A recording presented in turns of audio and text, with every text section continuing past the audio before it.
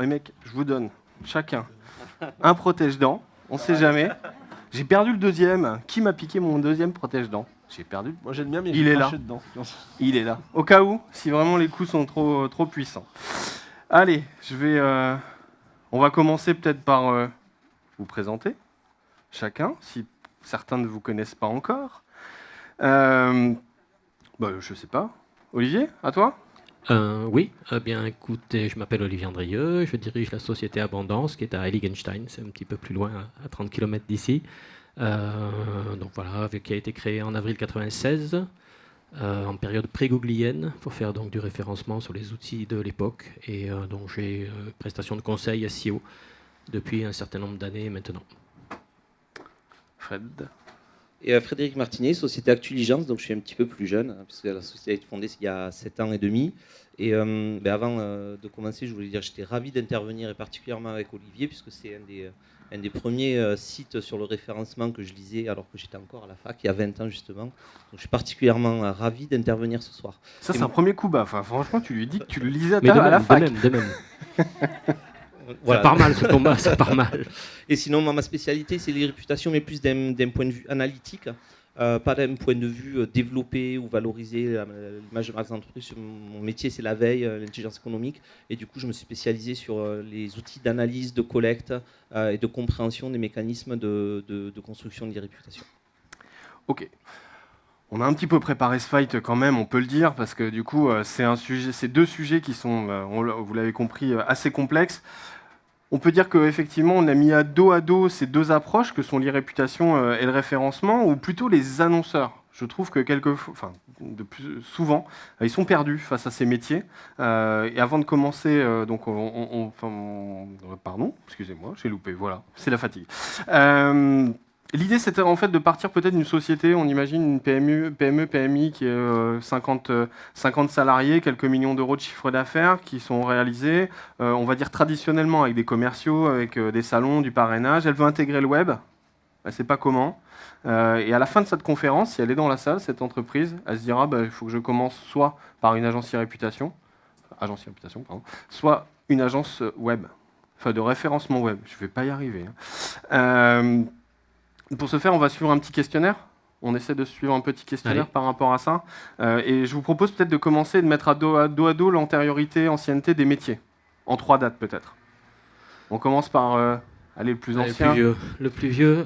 Des métiers. 3 dates, je dirais 93, début du web, donc 93-94, début vraiment du web et des outils de recherche, Yahoo, Excite, Olikos, Infoseek, Webcrawler, etc. Donc le référencement a commencé là. C'était totalement artisanal, mais voilà, on apprenait le métier. Donc la première date, c'est le début des années 90. Deuxième date, c'est 98 avec l'arrivée de Google, qui a quand même pas mal changé la donne dans ce métier, puisque avant il y avait beaucoup d'outils, et puis après Google, il n'y a eu plus qu'un seul outil. Quelque part, c'est plus facile.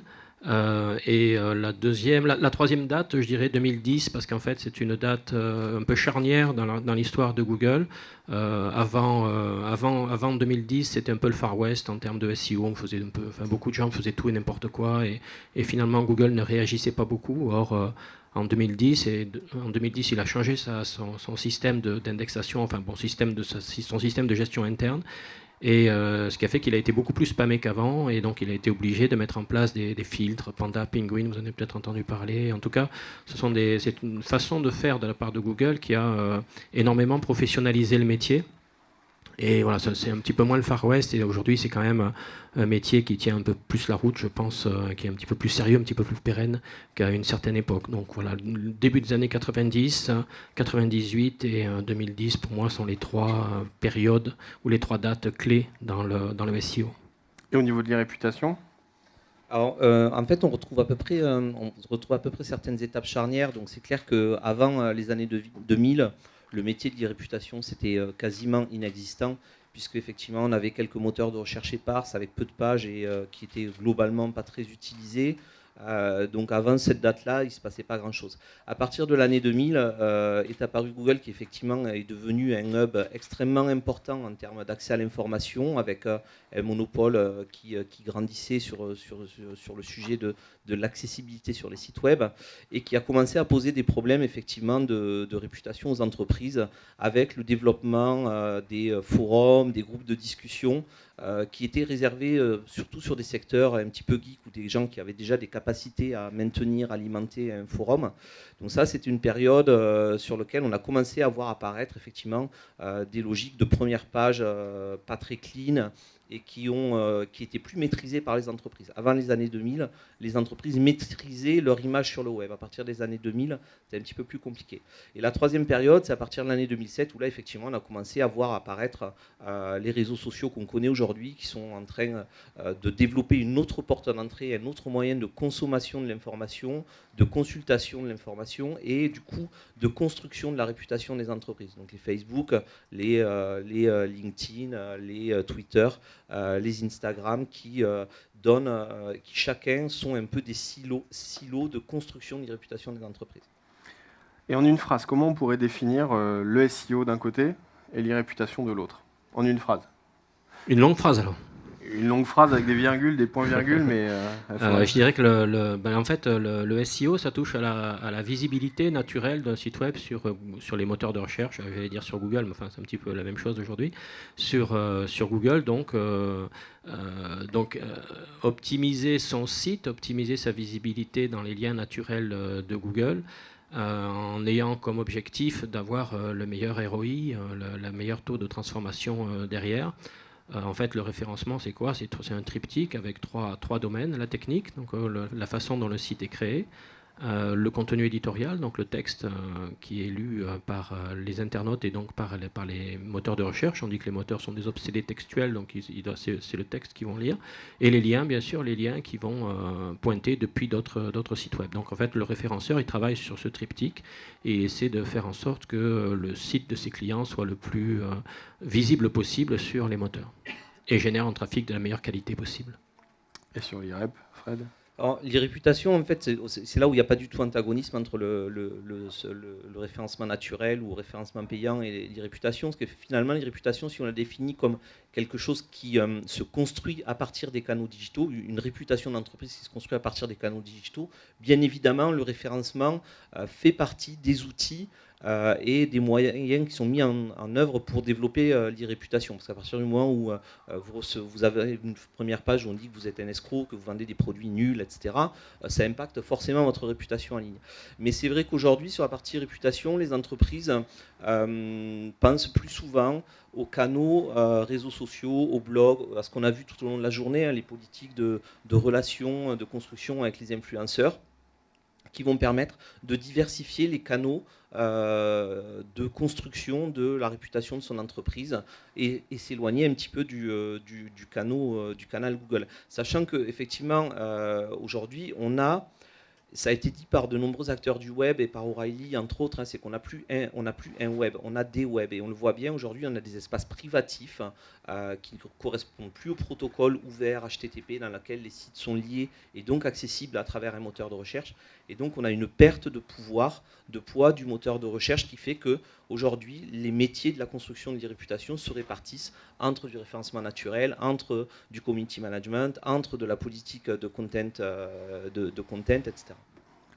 Si on reprend pour chaque métier les objectifs qui sont recherchés à chaque fois, l'objectif qui va être recherché par le SEO, ça va être quoi Les objectifs au départ, c'est l'objectif de base, c'est le positionnement dans les résultats de recherche, même si ce n'est pas un objectif qui est suffisant. C'est surtout du positionnement sur des mots-clés qui représentent le métier du client, avant tout. Parce que c'est assez facile de se positionner sur des mots-clés que personne ne tape. Donc des mots-clés qui sont potentiellement générateurs de trafic et qui derrière génèrent un trafic de qualité. Donc en fait, ça va du pur positionnement, de la visibilité bien sûr, sachant que le métier évolue énormément en ce moment, donc cette année, certainement l'année prochaine, seront certainement critiques au niveau du SEO, parce que le métier est en train de complètement changer, de passer à la recherche vocale, au mobile, etc. Donc il y a beaucoup de choses qui sont en train de se modifier, donc c'est en ça que le métier est passionnant aussi, hein, même s'il est un peu fatigant parce que ça bouge tout le temps. Mais donc l'idée avant tout, c'est de créer un trafic, un positionnement sur des mots-clés qui correspondent à l'activité de l'entreprise, et donc un trafic de qualité qui transforme. Au niveau de les réputations, les objectifs qui sont recherchés?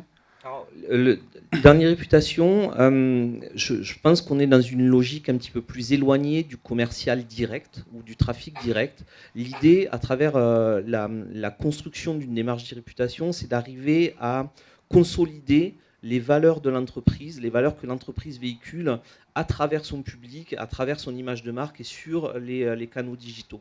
Ça, je pense, c'est une notion très importante à travers les réputations, c'est la cohérence entre les valeurs d'une entreprise, la qualité de ses produits, à travers les canaux traditionnels, publicitaires, commerciaux, mais aussi les canaux digitaux.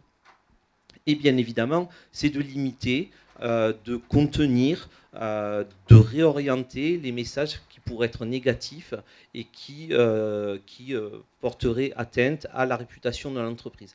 Et là, on rentre sur des choses un petit peu plus complexes, dans lesquelles on va intervenir avec du social CRM. On va répondre aux clients mécontents en ligne, on va essayer de résoudre leurs dossiers, ça a été décrit aussi au cours de la journée, mais on va aussi potentiellement avoir recours à des actions juridiques. Donc ça, c'est les objectifs, c'est finalement construire, consolider une base de valeur d'entreprise qui va se ressentir et qui va être ressentie par son public et ses consommateurs. Il y a juste un terme que j'avais oublié dans la définition, mais qui pour moi est important, c'est dans la vision de mon métier, c'est d'essayer de générer du trafic de qualité en utilisant des techniques et des stratégies autorisées par Google. Voilà, ça, d'autres font différemment. Moi, je suis très dans les voilà, je dépasse jamais la ligne jaune. Mais voilà, c'est pas que c'est bien ou pas bien, c'est ma façon de faire. Ça arrive dans le référencement. Bah, disons que c'est justement une problématique en e-réputation, c'est que parfois, passez-moi l'expression, mais pour dégommer certains sites, on est peut-être parfois obligé d'utiliser des techniques qui ne sont pas très propres. Ça, personne ne le fait ici. Bien sûr. Et on a clairement effectivement ces problématiques-là dans la logique des réputations. C'est qu'il n'y a pas que des acteurs hyper recommandables, il n'y a pas que des logiques très, très éthiques. Et clairement, ce n'est pas pour rien que TripAdvisor et d'autres gros acteurs du site d'avis de consommateurs ont mis en place des processus de vérification, parce qu'à un moment donné, c'était un peu le Far West des faux avis ou des avis du concurrent, où on était dans le dénigrement. Le problème, c'est de savoir qui est derrière son écran, et que du coup, les actions juridiques qu'on peut mener sont assez limitées. Alors par contre, sur la e-réputation, enfin, je vais intervenir, je ne pense pas qu'on puisse avoir une e-réputation qui va être virtuelle. C'est-à-dire qu'on ne peut pas se dire on va s'afficher comme étant une très bonne entreprise alors qu'on a un SAV qui est mauvais, qu'on a des mauvais commerciaux, qu'on a ces éléments-là. La réputation, elle va ressortir tout de suite. C'est-à-dire que là, on va pas pouvoir, on peut pas mentir. Je ne pense pas que le web, par rapport à un travail de réputation d'une entreprise, vous pouvez mettre tout ce que vous voulez en place. À un moment, si les valeurs de l'entreprise ne sont pas bonnes, ça ressortira de manière négative, quoi qu'il arrive. C'est l'intérêt du web, d'ailleurs. Oui. Mais si on a envie, effectivement, de faire des actions, ferme de liens, des choses comme ça, Non, c'est surtout pour dégommer des concurrents qui essaieraient d'être négatifs, d'aller contre l'image de marque d'une entreprise. Bon, parfois, il y a des résultats qui sont assez bien ancrés dans les résultats de recherche, et parfois, il faut y aller à la machette, quoi. Après, on est très clair aussi, si l'entreprise n'a pas le minimum des valeurs de base que doit avoir toute entreprise, à savoir la qualité de ses produits ou de ses services et le respect de ses clients, je veux dire, ça ne sert à rien de claquer 10 000, 100 000 euros sur des logiques de réputation, de référencement. Si vous êtes un escroc, si vous faites des produits nuls, si vous ne respectez pas vos clients, voilà, je sais pas, à un moment donné, ça ne marche plus aujourd'hui, c'est pas possible, quoi. Il nous reste 6 minutes, il va falloir qu'on aille très très vite parce qu'on a plein de choses à dire. La méthodologie, on essaie de le faire court. Non. Non, la méthodologie, en fait, la méthodologie, ça dépend vraiment des besoins, des attentes. En fait, le SEO, il y a plein de choses dans le métier de SEO. C'est très riche comme métier. Ça peut aller de l'audit à la formation, à la prestation, au netlinking, à la mise en place de préconisations, enfin, à la veille. Il y a vraiment énormément de choses. Donc l'idée, c'est déjà de savoir, de travailler sur le cahier des charges du client. Qu'est-ce que vous voulez ? C'est pour ça d'ailleurs que le client ira soit vers une société qui fait de l'e-réputation, soit vers une société qui fait du SEO, parce que ce n'est pas du tout les mêmes besoins, ce n'est pas du tout les mêmes attentes. Donc la méthodologie, c'est avant tout, et finalement c'est quelque chose qu'on voit assez peu souvent, c'est de mettre en place ou d'écrire, de rédiger un cahier des charges, voilà, quels sont mes besoins. Et en face de ces besoins, on va mettre des solutions. Alors ça peut être ma façon, par exemple, de voir le métier. Il y en a d'autres. Hein. Ma façon de voir le métier, c'est que j'apprends à mon client à se débrouiller tout seul en termes de référencement. Donc, a priori, si j'entends plus parler du client, c'est que tout va bien, quelque part. Donc, je le forme, j'audite son site, je le forme, etc. Et j'essaie de lui faire un transfert de connaissances pour qu'il soit entièrement autonome sur son métier, sur le SEO. D'autres agences fonctionneront complètement différents. Par exemple, il y a des clients qui ne veulent pas intégrer le SEO, qui disent « moi, j'ai pas le temps, c'est pas mon métier, etc. » Je le comprends, donc ils travaillent avec d'autres entreprises et ça pose aucun problème. L'idée, c'est toujours la méthodologie de départ, pour moi, c'est de partir du cahier des charges. Quels sont les besoins? Et à partir des besoins, des attentes, il y a toujours des solutions à mettre en place, soit avec moi, soit avec un autre, soit il y a plein de gens sur le marché. Mais malheureusement, cette notion de question, c'est aussi la question qu'il faut se poser, c'est à quoi sert mon site? C'est bête comme question. Mais quels sont les objectifs de mon site web? Et déjà, ça, on va pouvoir calculer derrière un taux de transformation en disant, OK, est-ce que les actions SEO remplissent l'objectif du site? Quand on a un site de commerce électronique, c'est facile, c'est vendre. Mais tout le monde n'a pas un site de commerce électronique. Voilà, donc j'arrête là. Mais l'idée, c'est, je voulais faire un focus sur le cahier des charges parce que c'est quelque chose de très important et c'est quelque chose qu'on ne voit pas si souvent que ça. Souvent, les gens disent, je veux être bien référencé. Ouais, mais ça veut dire quoi, être bien référencé? C'est une vraie question. Et sur les réputations, les méthodos? Alors, dans un monde dans lequel on serait tous en illimité chez notre banquier, qu'on aurait autant de ressources et de salariés qu'on veut, on pourrait décider de communiquer sur tous les supports et de passer plein de temps à alimenter un Facebook, un Snapchat, à répondre à tous ses concurrents. Le premier point important dans une logique de réputation, c'est d'être réaliste sur ses ressources, sur son budget, sur son temps, et du coup de choisir ces supports sur lesquels on va se développer. Et accessoirement, c'est mieux de choisir les supports sur lesquels on va développer son e-réputation en cohérence avec là où sont vos clients, selon l'âge de la cible, selon la zone géographique. Voilà, si vous êtes en Chine et que vous allez sur Facebook, ça ne sert à rien. Si vous êtes en Chine, vous allez plutôt aller sur WeChat. Si vous êtes en France sur une cible 15-25 ans, vous allez peut-être plutôt aller sur Instagram et sur Snapchat. Donc le tout, c'est d'optimiser par rapport là où on a le plus de débouchés, où on a le plus de clients, parce que c'est eux qui vont être les vecteurs de votre réputation, de cibler, d'identifier les canaux sur lesquels il va falloir aller. L'autre point qui me semble important, c'est l'amélioration de la réactivité. On n'est plus dans un schéma dans lequel aujourd'hui on peut se permettre de répondre à 72 heures. On est sur des gens qui ont un problème sur le moment, qui sont bloqués sur un vol, qui ont une intoxication alimentaire et sur lequel ils attendent une réponse assez urgente de la marque. Et pour ça, il faut casser les processus de la communication traditionnelle pour passer sur des processus de communication plus réactifs avec une identification des cas types sur lesquels on va être amené à répondre avec des chaînes de workflow, de validation qui sont valables aussi pendant les vacances du directeur communication et aussi pendant les week-ends. Voilà, donc ça, c'est assez important d'adapter aussi ces processus de communication. Le tout, ça pour moi, c'est un point qui est super important, c'est la cohérence avec le reste du fonctionnement de l'entreprise. La cohérence entre le canal digital, le canal CRM, phone, etc., c'est d'être un minimum cohérent. Et l'autre point, c'est d'avoir un ton adapté. Si vous utilisez la langue de Molière ou du XVIe siècle ou du XVIIe siècle avec des jeunes qui vous disent « coucou, ça va, ASV, tu fais yesh », clairement, on n'est pas complètement compatible avec la conversation qu'on va avoir avec son interlocuteur. Donc sans être dans une logique de casser les codes de toute communication, il faut à un moment donné savoir faire évoluer sa communication très corporate, très figée, pour s'adapter au canal qui lui est un canal un petit peu plus décomplexé. Et j'ai beaucoup aimé ce qu'a dit Papa en Cuisine ce matin sur la qualité des photos, des plats qu'il prend, parce que Otakos, qui est une petite société, qui est une société de restauration fast-food, ils prennent des photos toutes pourries, mais vraiment des trucs dégueulasses qui donnent presque envie de vomir, mais en fait ils ont autant de likes sur certaines pages que le super Big Mac de McDo qui a été bien photographié avec des machines spéciales qui font tomber les tranches, etc. Donc c'est intéressant de voir que finalement on peut aussi véhiculer, on peut construire son réputation avec des choses qui des fois sont faites un petit peu à la va-vite à partir du moment où on a développé sa fanbase, l'image de marque, l'adéquation et l'affection qu'on a pour la marque.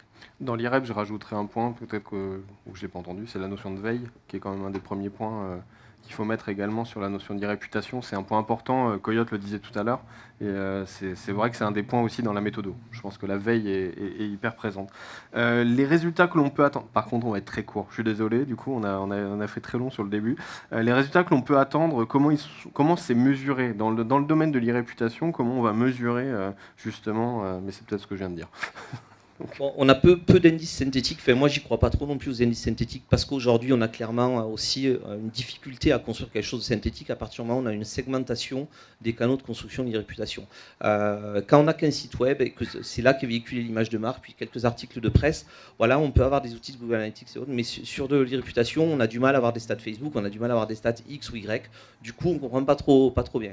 Donc c'est vrai que moi on essaye de mettre en place des choses sur le ROI de l'irréputation, mais c'est difficilement, je pense, quantifiable à l'absolu. Ce qu'on peut évaluer, par contre, c'est du avant-après.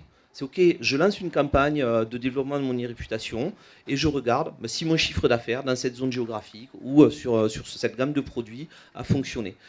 Pour moi, c'est le moyen le plus réaliste, c'est de dire OK, ça me rapporte plus qu'avant ou pas, en fonction de l'action que j'ai mis en place. Pour le SEO en SEO, il y a deux canaux finalement de mesure des actions. Le premier, c'est le positionnement, j'en parlais tout à l'heure. Il y a tout un tas d'outils, SEMrush, Ranks, MyPoseo, SEO Rank, etc., qui permettent de connaître le positionnement des pages de son site sur un certain nombre de requêtes. Pour moi, ça ne suffit pas, parce que qui dit positionnement ne dit pas obligatoirement trafic derrière, et encore moins trafic de qualité. Donc l'idée, c'est aussi d'utiliser des outils comme Analytics pour mettre en place un tableau de bord, pour dire, OK, les gens viennent de Google, c'est très bien, ça génère du trafic, mais qu'est-ce qu'ils font sur mon site ? Et est-ce qu'ils remplissent sur mon site les objectifs que j'ai pour ma source d'information ? Donc il y a à la fois le positionnement et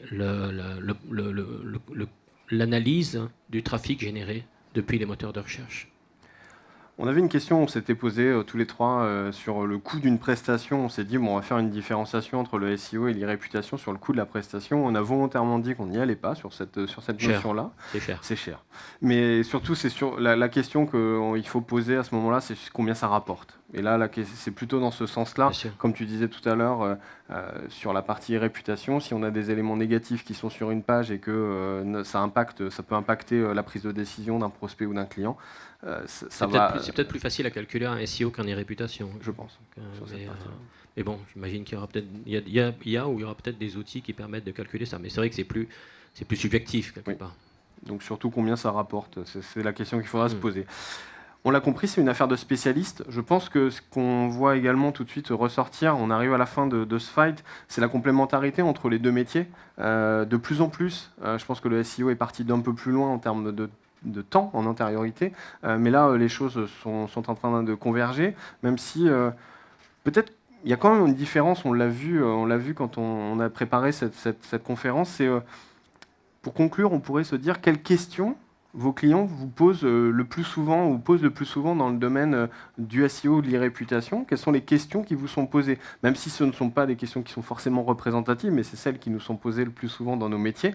Et ça permettra de se dire, bah tiens, si moi j'ai cette question-là en tête, il faut peut-être que j'aille du côté d'Olivier, ou si j'ai cette question-là en tête, il faut que j'aille du côté de Fred.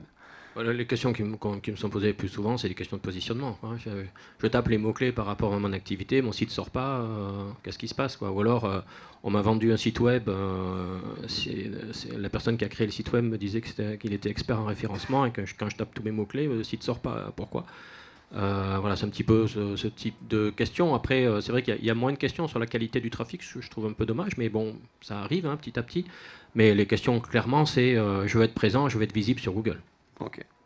Fred, sur la réputation? Alors moi, les questions qu'on pose, c'est plutôt du coup lié à l'analyse, parce que ça fait partie de mon métier, donc c'est pas forcément représentatif de toute la chaîne de construction des réputations. Mais moi, ce qui m'est clairement demandé, c'est entre guillemets, qui sont les influenceurs, et surtout quelles sont les communautés et leur motivation, et finalement leurs moyens d'action derrière. C'est-à-dire, ok, on est dans un conflit parfois sur certaines thématiques où juste on veut toucher des influenceurs ou des communautés, on veut les comprendre, on veut savoir comment aller les toucher, comment aller les atteindre pour optimiser le budget tout simplement. Parce que si vous arrivez à voir qui sont les points d'interface clés dans certaines communautés et les points qui permettent de relier les communautés, c'est ça qui va permettre d'optimiser le budget qu'on va engager sur des logiques d'irréputation. Moi, je rajouterais une question qui nous est posée la plupart du temps dans le domaine de l'e-réputation, c'est cette notion de j'ai des avis négatifs sur le web, qu'est-ce que je fais? Et ça, c'est une question qui arrive de plus en plus souvent et dans le domaine de l'e-réputation.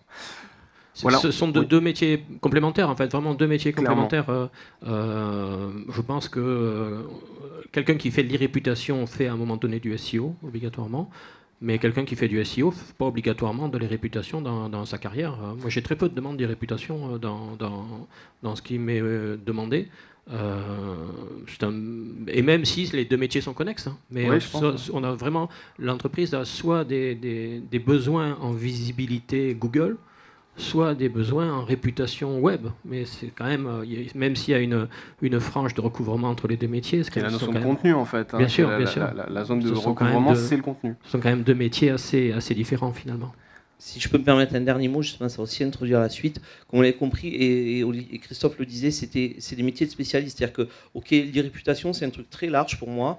Dedans, on a des spécialistes du référencement naturel, du référencement payant. On a des gars qui sont des spécialistes de l'analyse des communautés, des mécaniques de buzz, etc., comme va vous en parler Nicolas juste après. Il y a des gars qui sont spécialistes des campagnes de relations blogueurs et influenceurs. Et clairement, aujourd'hui, dire qu'on fait de l'e-réputation sur toute la chaîne, tous les médias, tous les canaux, à mon sens, c'est juste une aberration. Voilà. On est arrivé à la fin de ce fight. Je pense qu'on peut les applaudir et les remercier. Je vous remercie à tous les deux. Je vous remercie, pardon, tous les deux.